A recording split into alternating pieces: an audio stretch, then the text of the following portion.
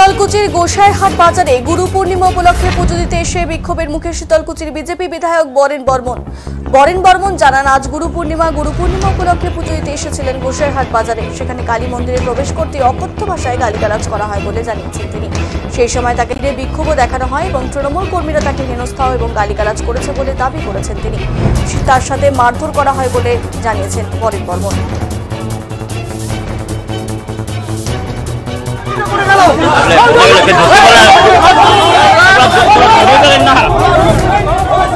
ভাগে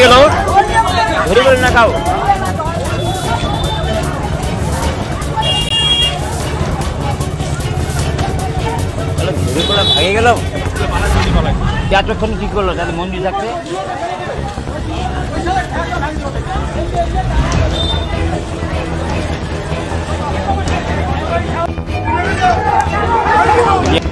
তারপরে গোসাইহাট বাজারে যে কালী মন্দির, সেখানে মন্দির প্রাঙ্গণে প্রবেশ করার সাথে সাথে দেখলাম সমস্ত তৃণমূলের লোকজন তারা হইচই শুরু করলো। অকথ্য ভাষায় গালিগালাজ, যে ভাষা মুখে নিয়ে আসা যায় না, ভদ্রলোকরা বলতে পারে না, সেই ভাষায় গালিগালাজ। আমি পুজো দিতে বসছি, ভগবানের কাছে আরাধনা করছি, গুরুকে স্মরণ করছি, শ্রদ্ধা জানাচ্ছি, সেই মন্দির প্রাঙ্গণ থেকে গালিগালাজ। মহিলারা যারা মাতৃজাতি, তাদের আমি আরাধনা করতে গেছিলাম, তাদেরকে স্মরণ করতে গেছিলাম। মাতৃজাতির মধ্যে শক্তি নিহিত থাকে, তাদেরকে স্মরণ করতে গেছিলাম। কিন্তু সেখানে কয়েকজন মহিলা যেভাবে অকথ্য ভাষায় গালিগালাজ করেছে, হুমকি দিয়েছে যে তুমি বেরিয়ে আসো, তোমাকে পুজো করতে দেব না, তুমি ভণ্ড হিন্দু। আজকে তৃণমূলের বন্ধুরা আমাকে ভণ্ড হিন্দু বলবে আর আমি তার কথায় পাগল হয়ে যাব। আজকে হিন্দু হিসাবে আমি সেখানে পুজো দিতে গেছিলাম, গুরুকে স্মরণ করতে গেছিলাম। স্মরণ করতে এসে, পুজো দিতে এসে যেভাবে আমাকে হেনস্থা করা হলো, ধাক্কা মারা হলো। আমার সাথে কয়েকজন ভক্ত সেখানে পুজো দিতে গিয়েছিল, তাদেরকে ধাক্কা, পাথর দিয়ে ছোড়াছুড়ি, পাথর দিয়ে মারা। আর অত্যন্ত দুঃখের বিষয়, আমাদের হিরেন বর্মন মহোদয়, তিনিও পুজো দিতে এসেছিলেন আমার সাথে। পুজো দেওয়ার পরে বাজার করছিলেন, সেই সময়তে তাকে ধরে যা মেরেছে যারা তৃণমূল করে, তৃণমূল দলটা আজকে সব উচ্ছন্নে গেছে। ওরা বিচার করছে কে হিন্দু, কে ভণ্ড হিন্দু। আশ্চর্যের বিষয়, দুঃখের বিষয়, আজকে হিন্দু হয়ে পুজো দিতে পারবে না, তার প্রবেশাধিকার নিষেধ। আজকে এই পশ্চিমবাংলা আমাদের দেখতে হচ্ছে। পুলিশ প্রশাসন নির্বাক, তারা নির্বাক দর্শনের ভূমিকা পালন করছে। আমাকে ধাক্কা দিচ্ছে, তারপরে কোনো নিরাপত্তা নেই।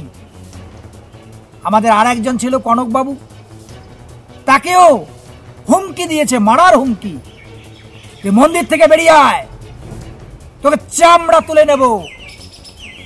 পুজো দিতে এসে, ভগবানের আরাধনা করতে এসে যদি এই সমস্যার সম্মুখীন হতে হয়, তাহলে আজকে আমাদের হিন্দু সমাজ, আপনারা দেখুন, তৃণমূলের কর্মকাণ্ড দেখুন, তৃণমূলের নেতৃত্বরা দেখুক তাদের কর্মীদেরকে কিভাবে লেলিয়ে দিয়েছে।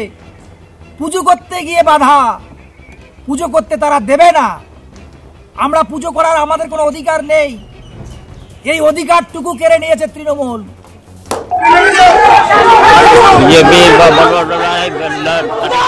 যদিও তৃণমূলের দাবি এলাকার বিধায়ক কোনো কাজ করেনি, 100 দিনের কাজের টাকাও এলাকায় কোনো উন্নয়ন করেনি, তাই সাধারণ মানুষের ক্ষোভের বহিঃপ্রকাশ।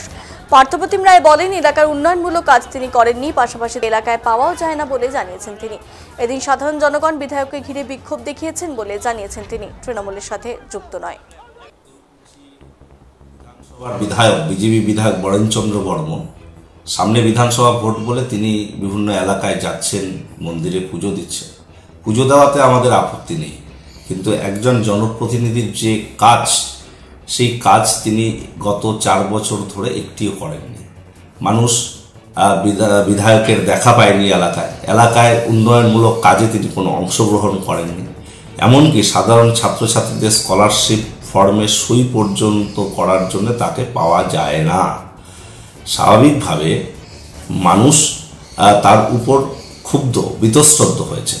তাই আজকে এলাকায় যখন তিনি একটি মন্দিরে পুজো দিতে গিয়েছে, স্বাভাবিকভাবে মানুষ তাকে প্রশ্ন করেছেন যে আপনি পুজো দিন, কিন্তু এতদিন আপনি কোথায় ছিলেন? এই সঙ্গত প্রশ্নটাই মানুষ করেছে, কোনো বিক্ষোভ বা অন্য কোনো বিষয়ের এখানে ব্যাপার নেই। এবং আমাদের দল তৃণমূল কংগ্রেসের কোনো কর্মী বা সমর্থক এ বিষয়ে জড়িত নয়। সমস্তটাই সাধারণ মানুষ।